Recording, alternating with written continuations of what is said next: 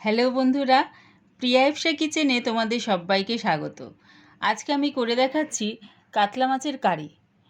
কম বেশি তোমরা অনেকেই কাতলা মাছের কারি করে থাকো। আমি এটা অন্যভাবে অন্য স্বাদে কাতলা মাছের কারি রেসিপি শেয়ার করলাম। রেসিপিটা ভালো লাগলে বন্ধু ও আত্মীয়দের মধ্যে শেয়ার করে দিও। কাতলা মাছের কারি করার জন্যে কী কী নিয়েছি দেখে নাও। নিয়েছি নারকেলের কিছু টুকরো, নারকেলের এই পেছনের অংশটা কেটে নিয়েছি, পেছনের যে ছালটা থাকে সেটা ছুলে নিয়েছি। নিয়েছি 4টে কাঁচা লঙ্কা আর 1 চামচ সাদা গোটা সর্ষে। মাছটা ভালো করে ধুয়ে নিয়েছি, তার মধ্যে নুন আর হলুদ দিয়ে কাতলা মাছটা ভালো করে মাখিয়ে নেব।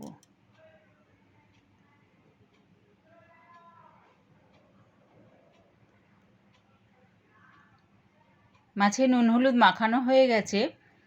কড়াই দিয়ে দিলাম সর্ষের তেল।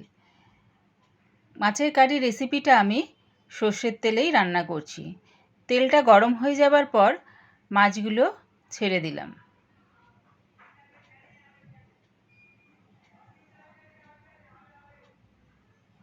একদিকটা ভাজা হয়ে গেছে, আরেক দিকটা ভাজার জন্যে উল্টে দিচ্ছি।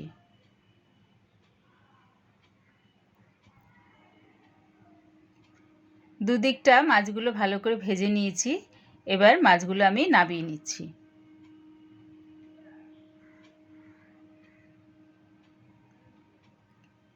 ওই তেলেই ফোড়নের জন্য দিয়ে দিলাম 1/2 চামচ কালো জিরে। ফোড়নটা থেকে যখন দেখবে খুব সুন্দর একটা স্মেল আসছে, তখন ওই নারকেল, সাদা সর্ষে আর কাঁচা লঙ্কার পেস্টটা দিয়ে দেব। দিয়ে দিলাম আন্দাজ করে হলুদ গুঁড়ো, আর দিচ্ছি 1/2 চামচ লঙ্কার গুঁড়ো, দিলাম স্বাদ অনুযায়ী নুন। এগুলো দিয়ে ভালো করে একটু কষিয়ে নেব।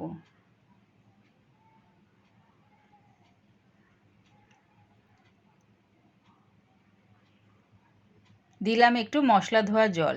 জলটা দিয়ে আবারও ভালো করে কষিয়ে নেব।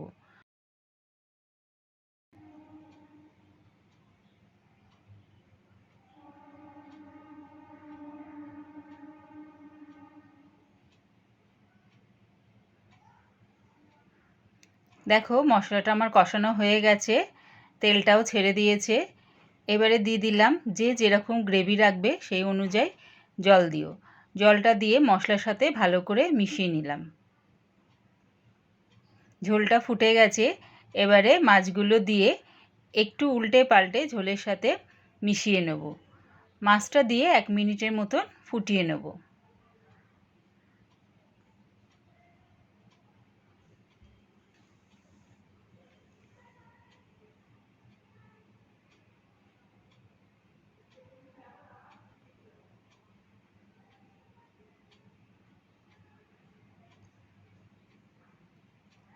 1 মিনিটের মতন ফুটিয়ে নিয়েছি। রেডি হয়ে গেছে আমার কাতলা মাছের কারি।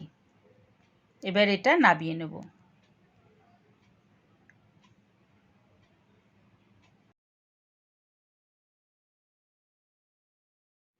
আমার এই কাতলা মাছের কারি রেসিপিটা পুরো দেখার জন্যে প্রিয়া ইপসা কিচেনের থেকে তোমাদের সবাইকে অনেক ভালোবাসা রইল। আমার মতন করে বাড়িতে বানিয়ে দেখো, কেমন হয়েছে কমেন্টের মাধ্যমে জানিও। প্লিজ আমার চ্যানেলটিকে সাবস্ক্রাইব করে দিও, লাইক করে দিও, বন্ধু ও আত্মীয়দের মধ্যে শেয়ার করে দিও।